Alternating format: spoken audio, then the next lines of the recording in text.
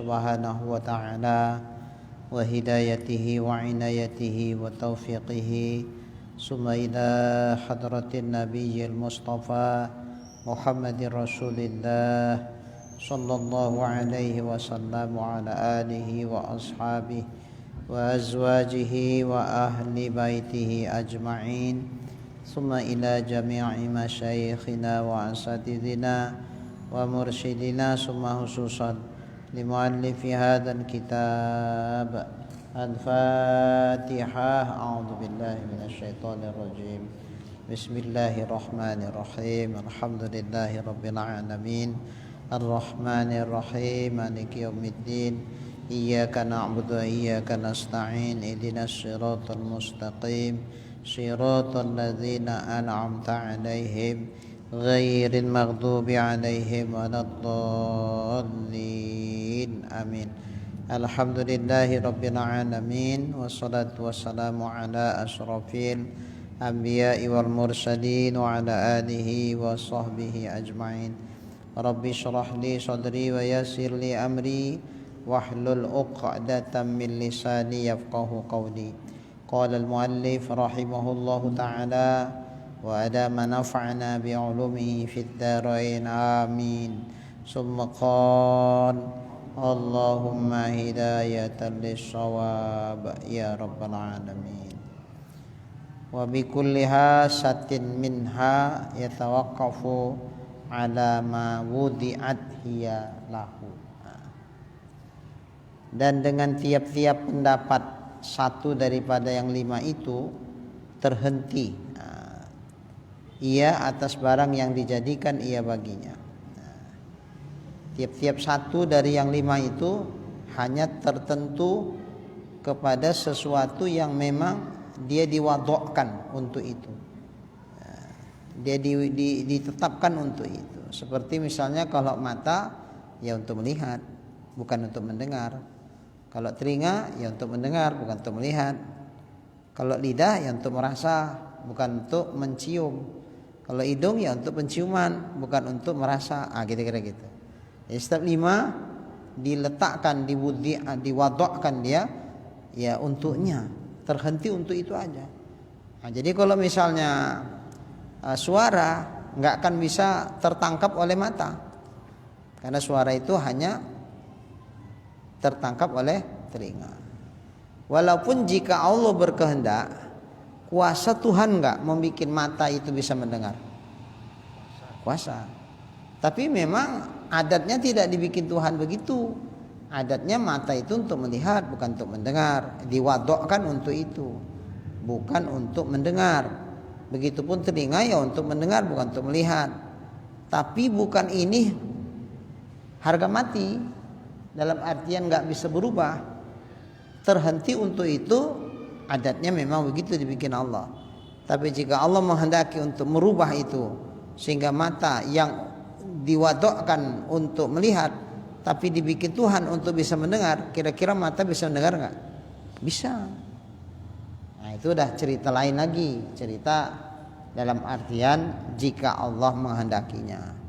Tapi kalau adatnya ya tidak begitu. Mata adatnya untuk melihat, telinga adatnya untuk mendengar, lidah adatnya untuk merasa, hidung adatnya untuk alat penciuman. Nah, kira-kira seperti itu. Tapi kalau mau dirubah Allah, kuasa Tuhan merubahnya. Maka didapatkan segala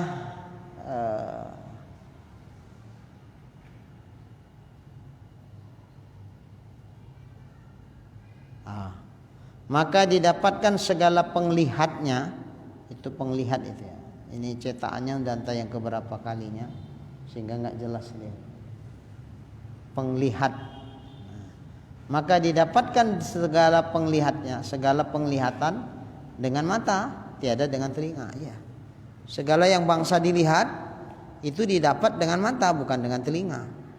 Karena memang mata diwadokkan untuk itu.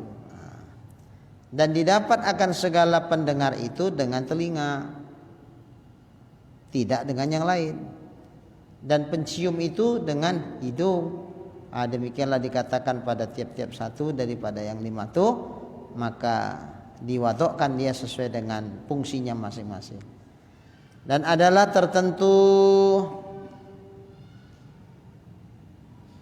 bagi bahwasanya bagi tiap-tiap suatu yang disebutkan itu dengan dijadikan Allah Ta'ala. Tertentunya itu pun Allah menjadikannya, bahwa hidung adalah alat untuk mencium, mendapatkan segala bau-bauan lewat penciuman hidung.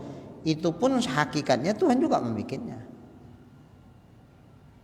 Kok hidung untuk mencium? Ya memang Allah bikin begitu. Kok mata untuk melihat? Ya memang Allah menciptakannya seperti itu. Jadi ini hasil dari daripada Allah Subhanahu wa taala, ciptaan Allah. Kalau ini hasil dari ciptaan Allah, sekiranya dibalik-balik Tuhan balik, bisa enggak? Bisa. Mata bukan untuk melihat lagi tapi untuk mencium, bisa. Apa yang sama Tuhan? Nah, tapi tidak diberlakukan Allah demikian hingga saat ini. Ya kalau mata itu ya untuk melihat, telinga untuk mendengar, lidah untuk merasa, dan begitulah seterusnya.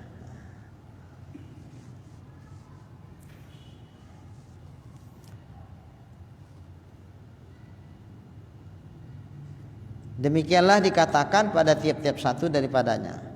Dan adalah tertentu bagi tiap-tiap satu yang disebutkan itu dengan dijadikan Allah Ta'ala dan dilakukan adat juga, tuh kan? Itu hanya diberlakukan Allah sebagai adat, bahwa mata melihat, bahwa hidung mencium, bahwa telinga itu mendengar, lidah merasakan berbagai macam rasa makanan. Itu hanya dijadikan Allah adat saja, bukan sesuatu yang wajib pada akal. Kalau hidung ya pastinya untuk mencium, sekira-kira enggak untuk mencium akal enggak nerima. Oh enggak gitu. Enggak, itu salah itu. Jangan ditempatkan hukum adat itu di hukum akal. Adat ya adat, akal ya akal. Kalau akal pasti-pasti. Kalau adat masih bisa berubah-ubah, masihati takhallub, beserta sah mengalami sebuah perubahan. Itu kalau hukum adat.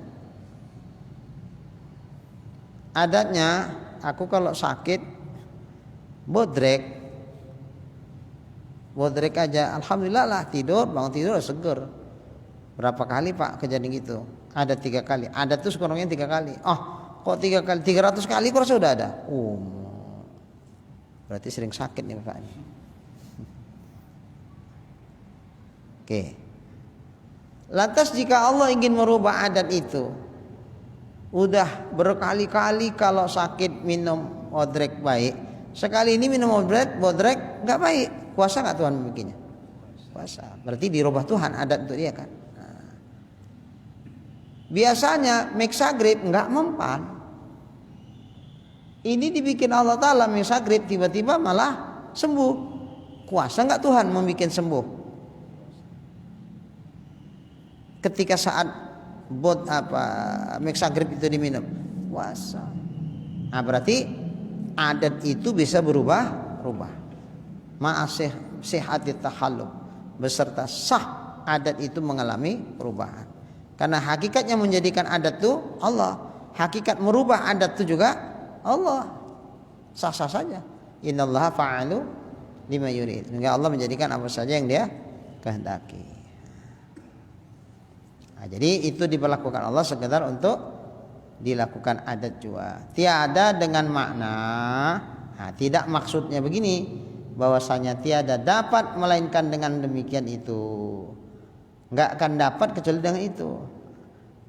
Misalnya penglihat itu tak akan dapat kecuali dengan mata. Dalam artian seandainya misalnya tidak dengan mata bisa terlihat, enggak diterima oleh akalnya. Potong kupingku lah, kalau ada selain mata bisa melihat katanya. Memang tidak kuasa Tuhan menjadikan telinga bisa melihat? Kuasa. Apa yang sama Tuhan? Enggak sulit bukan Allah. Buat kitanya bingung-bingung apa? Iyalah, orang kita makhluk lemah. Kuasa Tuhan jika Dia berkehendak. Itu masalahnya, jika berkehendak. Karena yang dijadikan Allah tidak keluar dari apa yang dikehendakinya. Apa yang dikehendakinya tidak akan beda dengan apa yang telah diketahuinya. Itu dia. Allah menjadikan segala sesuatu sesuai dengan apa yang dikehendakinya. Innallaha fa'alul lima yurid. Sesungguhnya Allah menjadikan apa saja. Ma itu isim mausul. Apa saja dengan catatan yang Dia kehendaki. Ya, kalau Dia nggak kehendaki, nggak akan dibikin Tuhan itu. Tapi yang dikehendakinya pasti dibikinnya. Nah, apa yang dikehendaki Allah pada azali itu pun telah diketahui Allah dengan ilmunya pada azali. Sehingga apa yang akan terjadi tahu Tuhan. Itulah kehendaknya. Nah, nggak boleh meleset antara iradat dengan ilmu. Nah, jadi yang dikehendaki Allah persis itulah sebenarnya yang diketahui Allah. Yang diketahui Allah sebegitu persis itulah kehendak Tuhan. Apa yang diketahuinya dengan ilmunya pada azali, apa yang telah kehendakinya pada azali, itulah hakikatnya yang nanti bakal dijadikannya.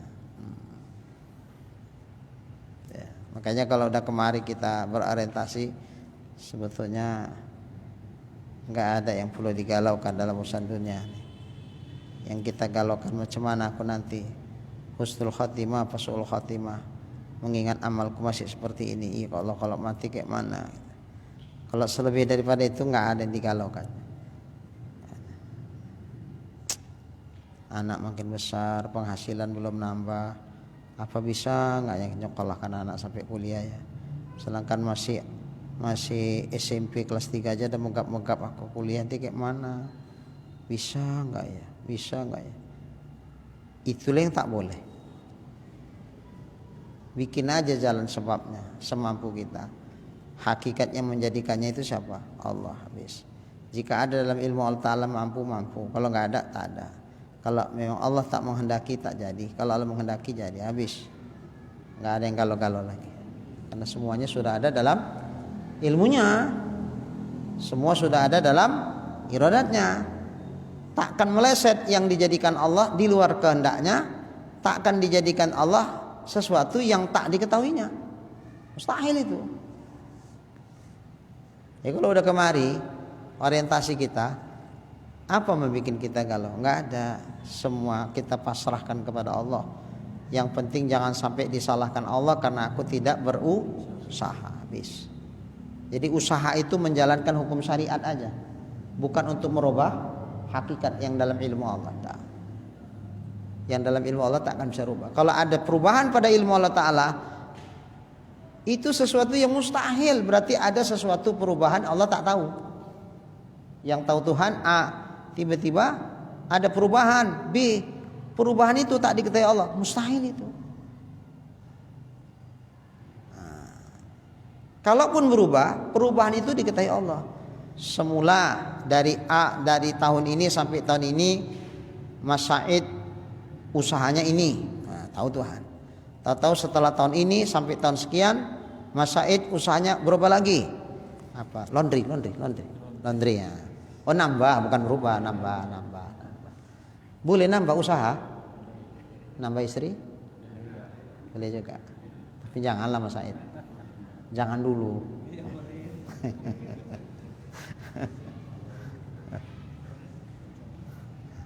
Malu sama Tamrin belum, Sulaiman pun belum. Nah. Jadi kalau ada pun perubahan itu pun itu ada dalam ilmunya Allah. Perubahan itu pun itu ada dalam kehendak Allah. Takkan ada sesuatu yang dijadikan Allah di luar dari yang dikehendakinya, di luar dari apa yang telah diketahuinya. Tidak akan itu. Mustahil itu. Maka makna innallaha fa'alul lima yurid. Sesungguhnya Allah Ta'ala fa'al, menjadikan, lima, bagi, apa saja. Itu maknanya isim mausul itu. Umum, apa saja, asal dia mungkin terjadi. Jangan mustahil. Kalau mustahil nggak akan terjadi. Jangan yang wajib. Kalau wajib sudah pasti terjadi. Itu tahsilul hasil. Ngapain lagi yang sudah ada dijadikan. Tidak, yang mustahil, karena mustahil itu sesuatu yang tak akan pernah terjadi. Bagaimana mungkin yang tak akan pernah terjadi tiba-tiba dijadikan? Itu mustahil, berubah nanti. Hakikat mustahil jadi hakikat mungkin. Nah, berarti 5 ma di situ syai'un mungkin. Sesungguhnya Allah Ta'ala menjadikan apa saja sebatas dia mungkin terjadinya. Ma yurid, apa saja yang mungkin yang dia kehendaki. Nah, berarti nggak ada sesuatu yang terjadi di luar dari apa yang dikehendaki Allah. Misalnya Allah menjadikan syarikatnya sekutunya, mustahil. Allah menjadikan gerak dan diam pada saat yang bersamaan, mustahil kan? Nah, mustahil. Dan Allah menjadikan benda yang dia tak kuasa mengangkatnya. Ada? Coba Pak Parlan. Allah menjadikan satu benda, tapi saking beratnya nggak sanggup Tuhan mengangkat. Ada? Mustahil kan? Nah, nggak ke situ sasaran kekuasaan Allah. Baik. Nah, jadi mendudukkan nilai-nilai tauhid inilah ke dalam jiwa kita itu yang berat. Nah, jadi memang orang yang ngaji tauhid diharapkan ada sebuah perubahan secara kejiwaan, secara pola pikir, jiwanya, perilakunya. Nah, akan mengalami perubahan itu. Kalau dulu orangnya gampang gelisah, ada sebab aja sedikit aja, kayak mana nanti kalau gini, kalau gini, kalau gini, kalau gini. Belum mati udah mati ketakutan duluan. Nah, setelah ngaji tauhid, apa yang dalam ilmu Allah itu juga yang terjadi. Apa pula suruh suatu. Ku galau-galaukan pun, kalau yang dalam ilmu Allah Ta'ala terjadi juga. Jadi ngapain merusak pikiran aja, udah pasrahkan aja sama Allah Ta'ala. Yang penting Allah nggak nyalahkan aku, karena aku sudah menjalankan syariat, bikin sebab-sebab keberhasilan. Adatnya adat balik, adat jadi sandarannya. Adat itu jadi sandaran. Sandaran apa? Sandaran dalam kita berbuat. Yang dalam ilmu Allah, yang dalam iradat Allah itu jadi sandaran. Sandaran kita berkeyakinan. Lalu adat kita jadikan sandaran dalam kita berbuat. Adatnya kalau ini akan terjadi begini, bagus itu rupanya. Terjadi bagus lah. Aku bikinlah. Memang disuruh Tuhan mengikhtiarkan sesuatu yang bisa membuat bahkan keberhasilan adatnya. Bikinlah. Kalau gini, jangan. Itu akan berakibat keburukan. Adatnya begitu. Ya jangan dibikinlah. Jangan diupayakan. Jangan diikhtiarkan. Jangan diusahakan. Supaya keburukan itu jangan sampai terjadi. Tapi hakikatnya terjadi atau tak terjadi itu sesuai dengan usaha kita, ikhtiar kita, perbuatan kita, atau sesuai dengan apa yang ada dalam ilmu dan iradat Allah. Terjadi tidak terjadinya itu sesuai dengan ikhtiar kita atau sesuai dengan apa yang dalam ilmu dan iradat Allah. Yang dalam ilmu dan iradat atau sandaran kita berkeyakinan. Tapi sandaran kita berbuat, ya ini hukum adat itu syariat. Hakikat yang menghidupkan dan mematikan siapa? Allah. Bukan baygon. Bukan. Kalau gitu boleh diminum baygon. Tapi bukan baygon matikan. Kenapa takut? Bukan kau matikan baygon. Gak takut aku sama kau. Aku minum ini. Mati. Salah gak? Salah gak dia? Di mana salahnya? Tapi bukan baygon matikannya. Itu tadi sandaran berbuat, sandaran berusaha, berperilaku, bertindak itu hukum adat. Karena adatnya diminum baygon ini diberlakukan Allah, mati orang tuh, maka jangan diminum. La tulqu bi aidikum ila tahluka. Jangan kamu campakkan dirimu atau jangan kamu melakukan satu perbuatan yang dengan usahamu menjadikan kau binasa. Jangan. Walaupun hakikatnya terjadi binasa atau tidak binasa, sesuai dengan yang kita ikhtiarkankah atau sesuai dengan apa yang dalam ilmu dan iradat Allah. Kita ikhtiarkan pun kalau memang tak ada dalam ilmu Allah, tak terjadi. Tesi, begitu ketahuan dia narkoba ya, kan ketangkep, masuk kamar mandi, minum apa dia? Deterjen apa? Kan sudah memang tekad kali dia mau mati. Ikhtiarnya sudah ada. Aku timbang hidup bikin malu, bagus mati aja lah aku. Karena dia kan public figure ya. Sering tampil, menghibur dengan lawak-lawaknya. Tiba-tiba kok narkoba, apalagi seusia dia. Berapa itu kira-kira? 60-an ada? Ada 60. Pantesan 60 itu kan udah sepuh. Jadi contoh.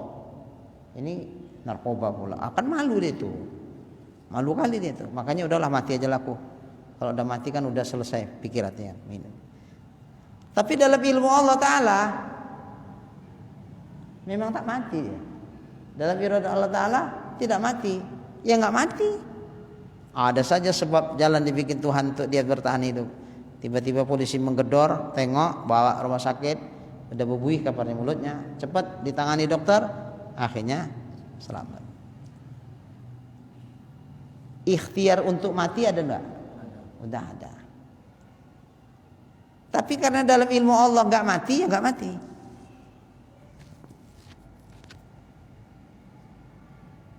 Tapi salah enggak ikhtiar dia itu? Salah. Perkara mati enggak matinya itu urusan Tuhan dengan ilmu dan iradatnya. Dibikinnya seperti itu.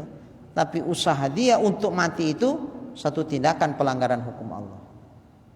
Karena adatnya yang diminum itu bisa membawa kepada kematian. Kira-kira seperti itu. Jadi kalau kita mendudukkan kajian tauhid ini pada pas tempatnya, enak kali sebetulnya. Enak kali.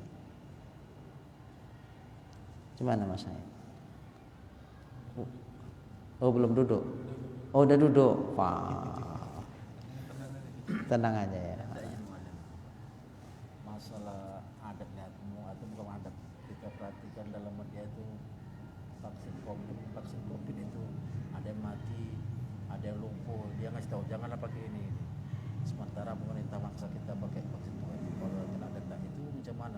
Kalau kita kalau mati, kalau tidak. Jadi menurut adatnya banyak juga yang cedera dengan vaksin itu. Macam mana? Ya kita lihat. Ini kan belum diberlakukan. Udah sebagian. Belum kan?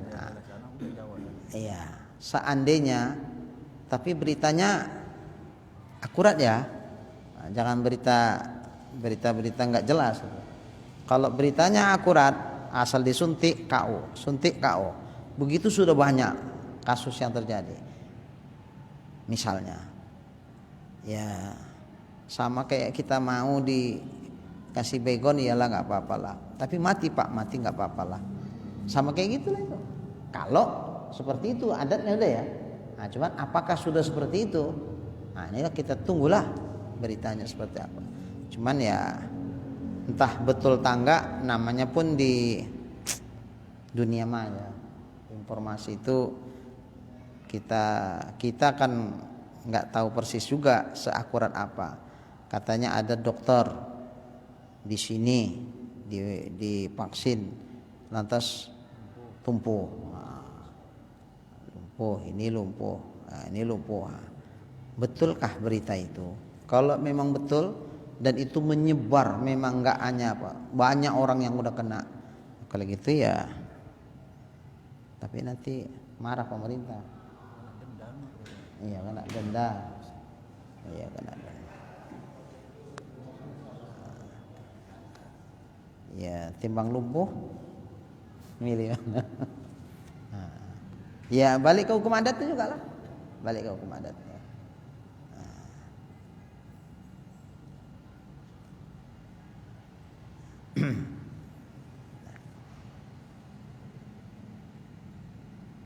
Baik.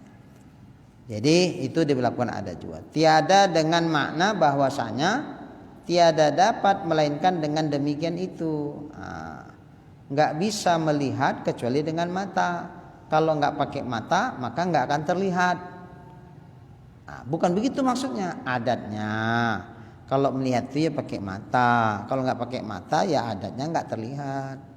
Bukan hidung itu kerjaan hidung adatnya. Tapi secara akal seandainya Allah menghendaki mata ini untuk bisa mendengar, kuasa nggak Tuhan membuat mata mendengar? Kuasa. Jadi jangan sampai hukum adat ini menyalahi pula hukum akal. Enggak. Dia sejalan, nggak bentur sejalan. Di mana berjalannya hukum adat, di mana jalannya hukum akal. Jadi dua yang berbeda itu. Berbeda. Jadi adatnya betul. Kalau mau melihat ya pakai mata. Kalau enggak pakai mata ya enggak terlihat. Adatnya. Tapi seandainya Allah ingin merubah adat itu, sehingga mata yang fungsinya cuman bisa melihat dibikin Tuhan samping bisa melihat, mata itu bisa untuk yang lain-lainnya. Kuasa Tuhan enggak mungkin. Jadi nggak mesti harus ya kalau matanya nggak sehat ya pasti nggak terlihat lah, pasti nggak terlihat. Pasti apa ini? Pasti menurut adat, bukan pasti menurut akal. Kalau pasti menurut akal berarti dia mengingkari kuasa Allah untuk menjadikan telinga bisa melihat, mengingkari kuasa Allah. Allah kuasa untuk membuat itu. Cuman kalaupun dibikin Allah menyalahi adat.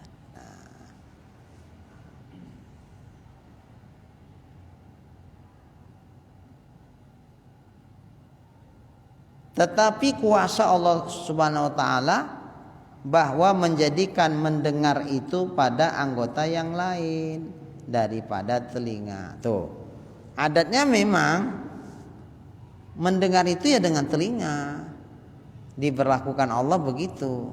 Adatnya memang mencium itu ya dengan hidung baru tercium bau apa, tidak dengan mata.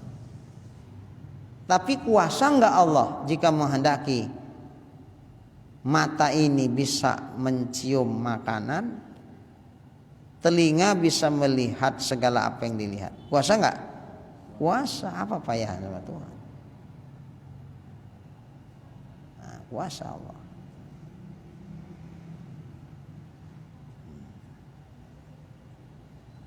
Mendengar itu pada anggota yang lain daripada telinga. Maka didengar dengan segala tubuhnya. Jadi bukan telinga lagi yang mendengar. Sekujur tubuh kita ini dibikin Tuhan mendengar kalam Allah. Kuasa enggak Allah itu? Kuasa. Apa payahnya Tuhan? Jadi anggota tubuh kita semuanya, sekujur tubuh ini yang mendengar. Bukan khusus hanya telinga saja. Enggak, tapi dibikin Allah Ta'ala yang lain. Kuasa enggak Tuhan membuat itu? Kuasa. Apa payahnya Tuhan?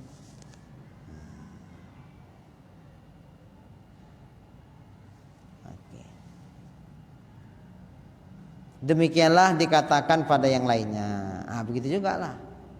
Mata adatnya dibikin Tuhan untuk melihat. Jika Allah merubah adat ini, jika Allah merubah adat ini, kuasa enggak Allah ingin merubahnya? Kuasa, enggak payah, enggak sulit bagi Allah Ta'ala. Seperti juga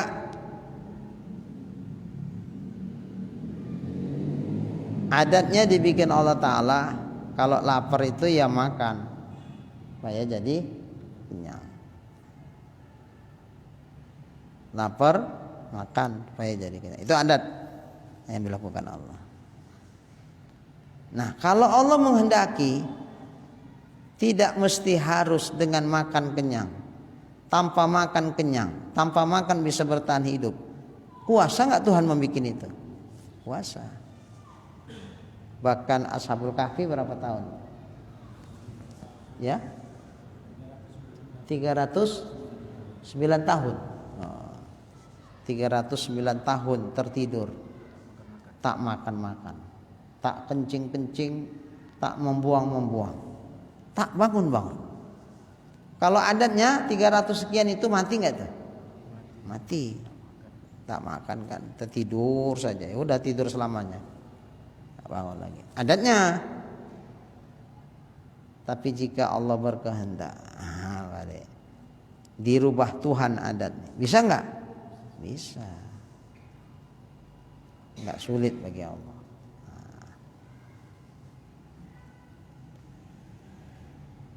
Demikian dikatakan pada yang lainnya, sama seperti itu juga. Kemudian yang ketiga, wal khabarus shadiq. Ilmu itu didapat dari khabar yang shadiq, khabar yang benar. Wal khabarus shadiq, khabar yang benar ini ala nau'aini, terbagi atas dua bahagian.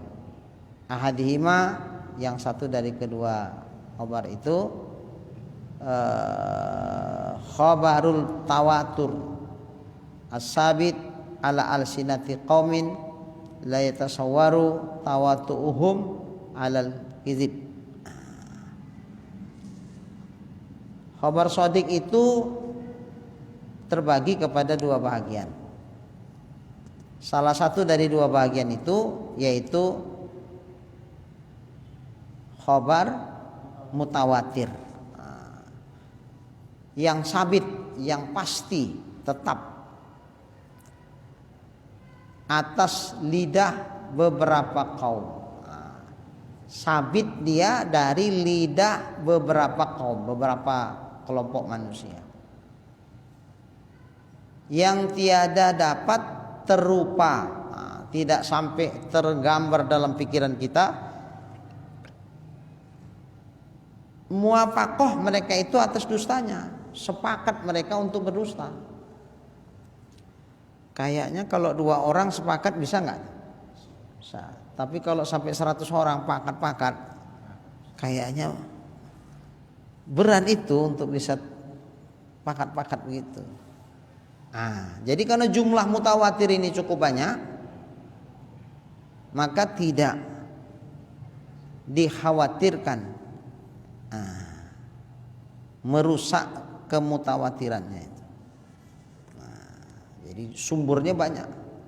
Yang menyampaikan berita satu orang, tapi sumbernya banyak. Maksudnya yang menceritakan ini banyak gitu. Sehingga mereka yang sekian banyak tuh menurut adatnya rasanya tidak akan mereka sepakatlah bohong ini. Sampai ke tingkat kesepakatan mereka berbohong itu mustahil pula. Itu mustahil pula.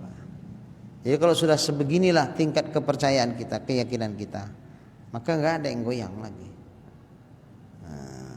Nggak ada yang goyang, karena udah kokoh betul, berdiri betul, tegak betul ya keyakinan tadi.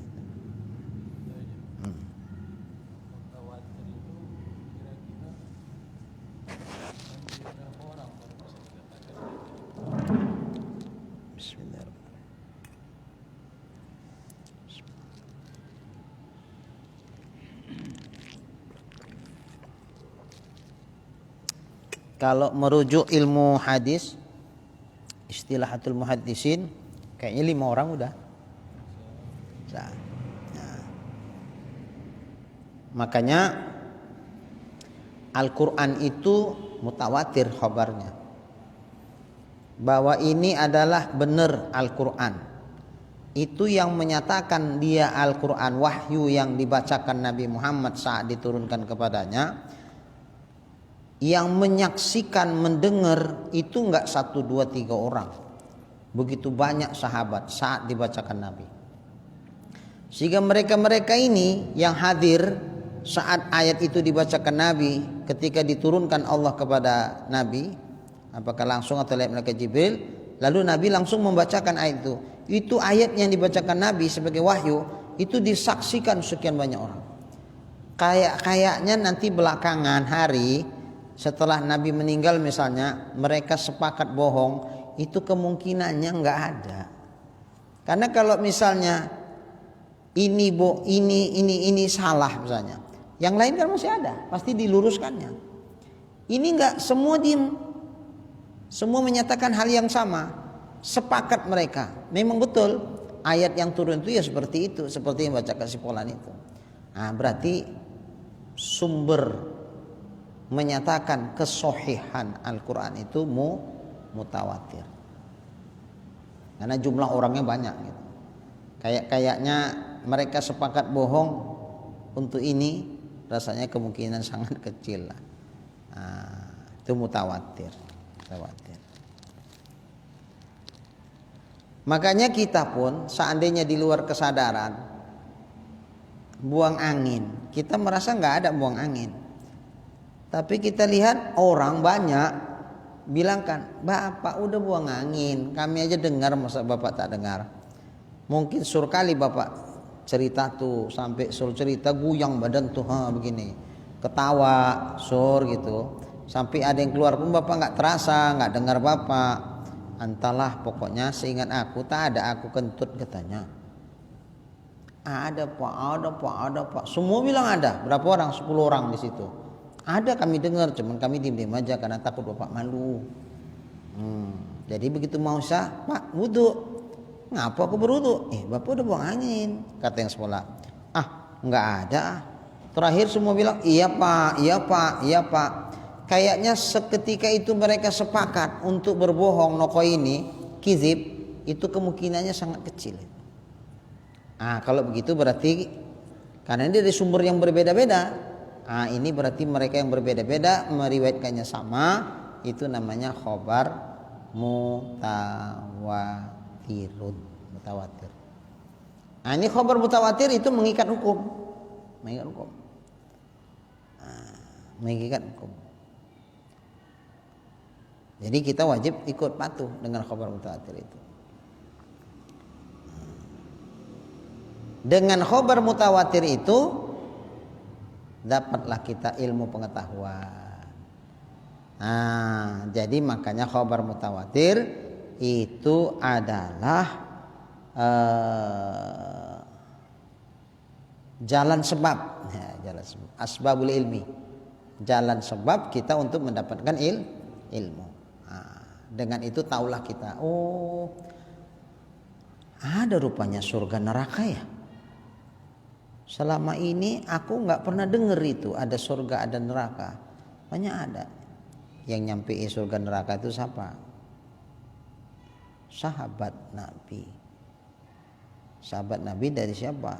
Dari berita, dari wahyu yang disampaikan Allah. Apakah ini sebagai wahyu diterima oleh semua sahabat? Ternyata semua sahabat menerima. Kalau itu betul itu. Berarti aku dapat pengetahuan dengan sebab berita dari khobar mutawatir. Ada surga, ada neraka. Mana terdeteksi akal kita itu? Apakah akal kita bisa mendeteksi surga itu atau neraka itu? Mana ada? Mana sanggup kita? Manusia tak akan sanggup dengan akalnya. Lalu Allah menyampaikan berita tentang hal itu lewat wahyu yang diturunkan kepada Muhammad. Itu sebagai sebab jalan ilmu buat kita. Dari situ taulah kita, rupanya ada azab kubur, ada juga nikmat kubur. Taulah kita. Dari mana? Dari sumber yang pasti benar. Mana sumber yang pasti benar? Al-Quran.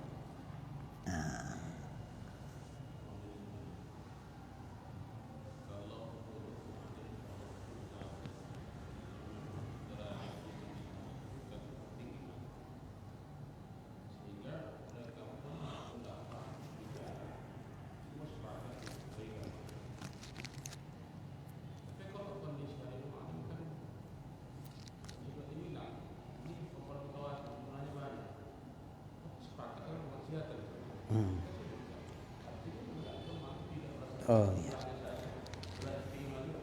Ya. Kalau sekian banyak orang itu dengan situasi dan kondisi zaman yang itu memungkinkan mereka untuk sepakat dusta, berarti belum mutawatir. Belum mutawatir. Makanya 5 ulama hadis menetapkan itu. Ya, kapasitas yang 5 itu siapa? Nah, gitu. Jadi kalau gini hari bisa dibalik-balik tuh. Satu instansi bisa semua, walaupun itu bohong. Bisa nggak gini? Satu instansi dari atas sampai ke bawah. Kalau ditanya macam mana itu? Semuanya. Apa pakai rumusan ini bisa kita pakai? Oh berarti mutawatir tuh. Kenapa mutawatir? Sumber beritanya banyak, tapi isi beritanya sama. Ada 7 orang, 7.000 pun ada. Satu Indonesia, tapi sepakat bohong. Kalau itu memungkinkan bisa terjadi, nggak mutawatir. Tapi kalau kemungkinannya kayaknya enggak lah, nggak akan mungkin bisa mereka sepakat untuk bohong dengan jumlah yang sekian banyak. Kemungkinan bohong enggak. Kalau itu berarti mutawatir. Tapi kalau terkondisikan sehingga memungkinkan untuk bohong, ya berarti nggak mutawatir juga. Karena masih ada ihtimal mungkin bisa bohong. Ini mutawatir itu sampai ke tingkat tidak memungkinkan buat mereka sepakat untuk bohong. Maka jumlah bisa aja beda-beda, tergantung kondisional.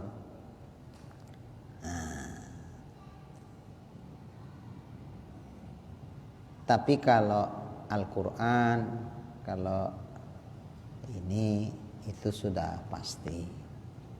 Kalau itu udah pasti. Kalau kita masih persoalkan lagi yang meriwayatkannya, kacau kita nanti. Bisa habis nanti Quran ini nggak dipakai orang. Nah, kalau itu pasti. Kenapa? Karena sahabat yang mendengar bahwa itu benar Al-Quran itu dari lidah Nabi, dari lidahnya. Nah, sahabat dari tabi'in dari lidahnya para sahabat. Begitulah seterusnya.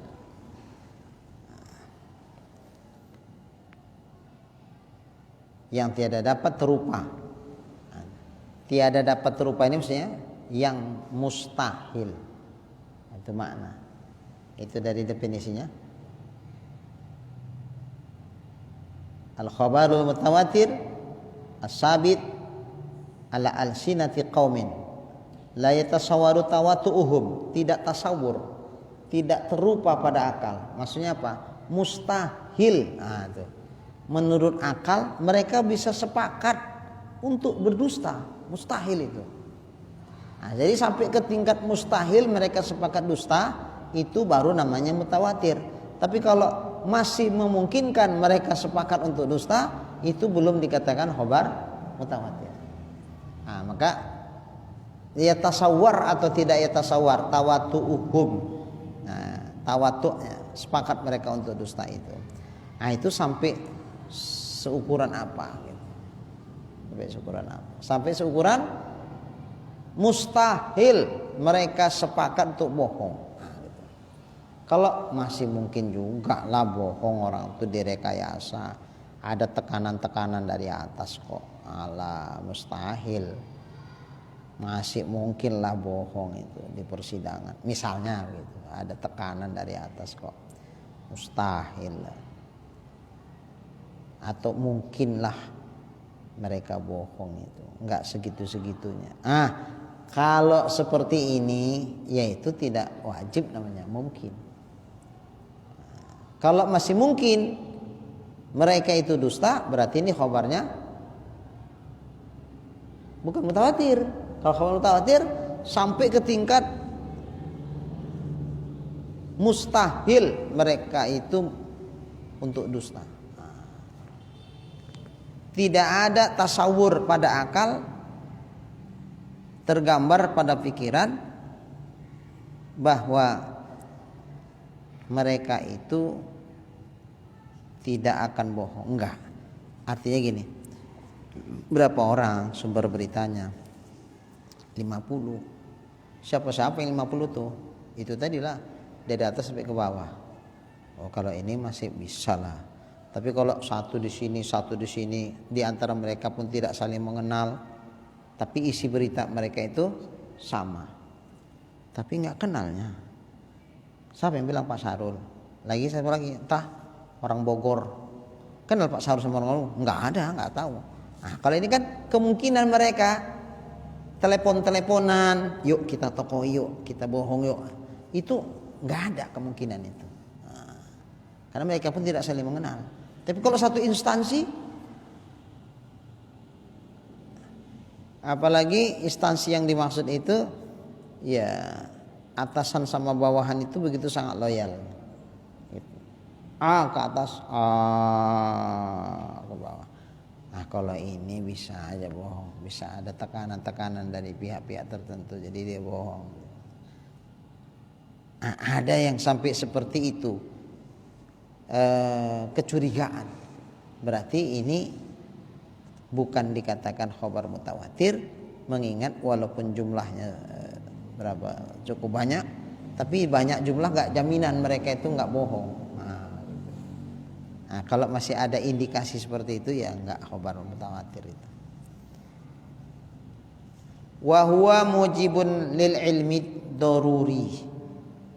Khabar mutawatir itu mewajibkan bagi ilmu yang daruri, ilmu yang mudah, nggak perlu dalil.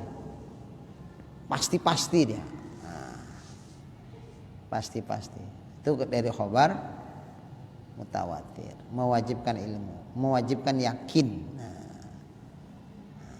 Yang mudah, nggak perlu berlebihan lah, yang mudah itu.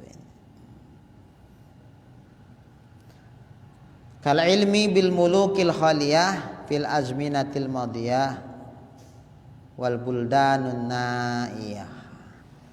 Dan yaitu khabar mutawatir itu mewajibkan bagi ilmu yang doruri, memastikan, mewajibkan itu memastikan adanya ilmu yang doruri, ilmu yang mudah didapat tanpa susah berpikir, yaitu pengetahuan yang tiada berkendak kepada tilik. Nah, pengetahuan yang nggak perlu dipikir-pikir, direnung-renungkan, nggak perlu. Langsung oh iyalah kalau kayak gitu, gitu. Nggak perlu mikir untuk memahaminya. Itu yang tidak berkendak kepada tilik dan usaha. Seperti kita ketahui dengan beberapa raja-raja yang dahulu-dahulu. Raja-raja dulu. Seperti kerajaan Nabi Sulaiman. Kita kan nggak pernah tahu kayak mana kerajaan Nabi Sulaiman. Tapi sumber berita yang menyatakan itu sedikit apa banyak? Wis, udah banyak. Nah kalau gitu, kira-kira kemungkinan nggak mereka itu bohong? Kayaknya enggak, kalau ini enggak lah, kalau ini enggak. Udah. Berarti ini khobarnya benar, khobar mutawatir. Karena yang lain enggak keberatan. Khobarnya mutawatir. Betul. Semua membenarkan.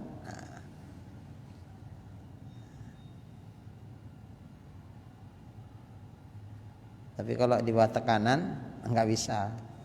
Enggak bisa. Tekanan nggak bisa jadi ukuran.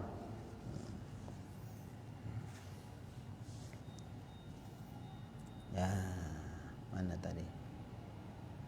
Seperti kerajaan Nabi Allah Sulaiman alaihissalam, kita kan nggak bisa mendeteksi.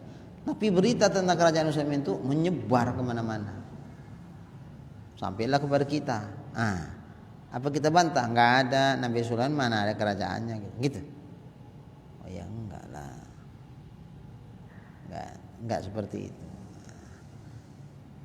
Jadi sumber berita yang menyatakan tentang Nabi Sulaiman sebagai raja itu sudah banyak.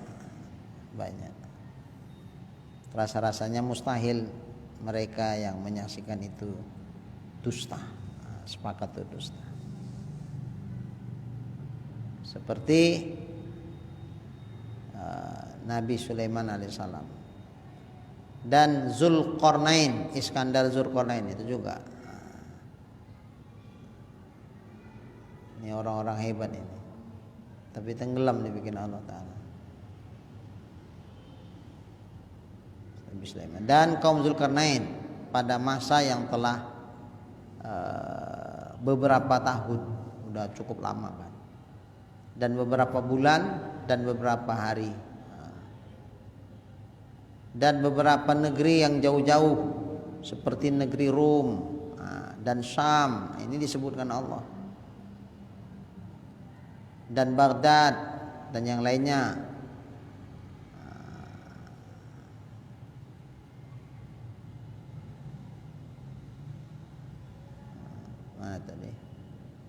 Dan yang lainnya, maka adalah segala benar.